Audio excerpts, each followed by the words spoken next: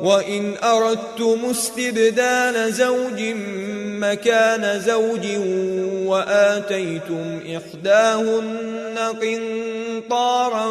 فلا تأخذوا منه شيئا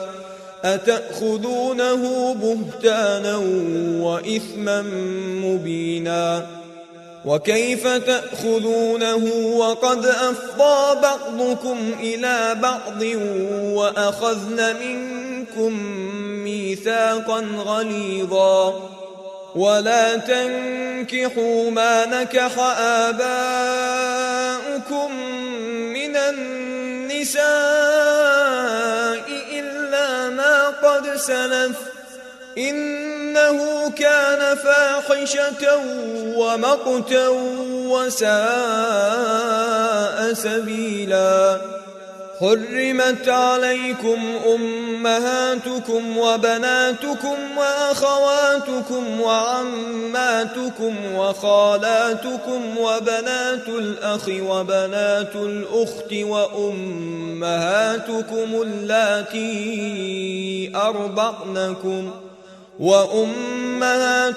اللاتي أرضعنكم وأخواتكم من الرضاعة وأمهات نسائكم وربائبكم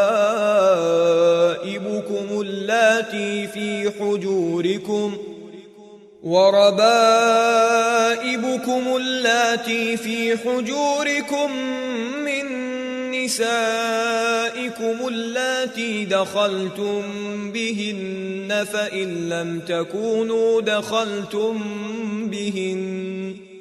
فإن لم تكونوا دخلتم بهن فلا جناح عليكم وحلائل أبنائكم الذين من أصلابكم وأن تجمعوا بين الأختين إلا ما قد سلف إن الله كان غفورا رحيما والمحصنات من النساء إلا ما ملكت أيمانكم كتاب الله عليكم وأحل لكم ما وراء ذلكم أن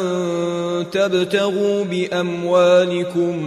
محصنين غير مسافحين فما استمتعتم به منهن فآتوهن أجورهن فريضة ولا جناح عليكم فيما تراضيتم به من بعد الفريضة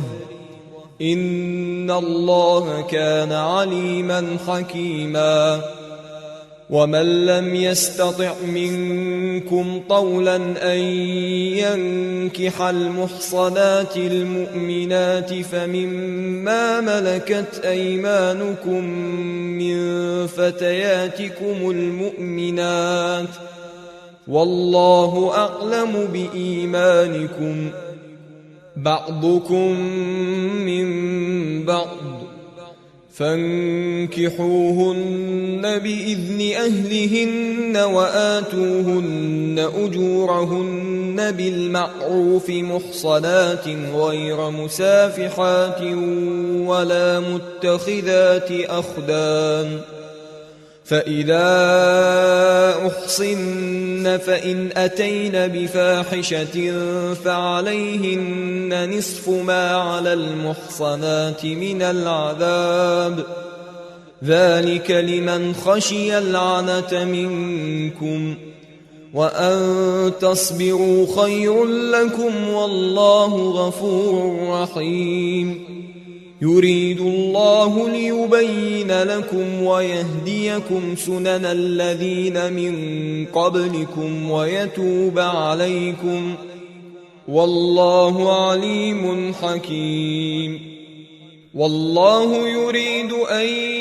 يتوب عليكم ويريد الذين يتبعون الشهوات أن تميلوا ميلا عظيما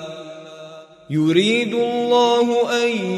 يخفف عنكم وخلق الإنسان ضعيفا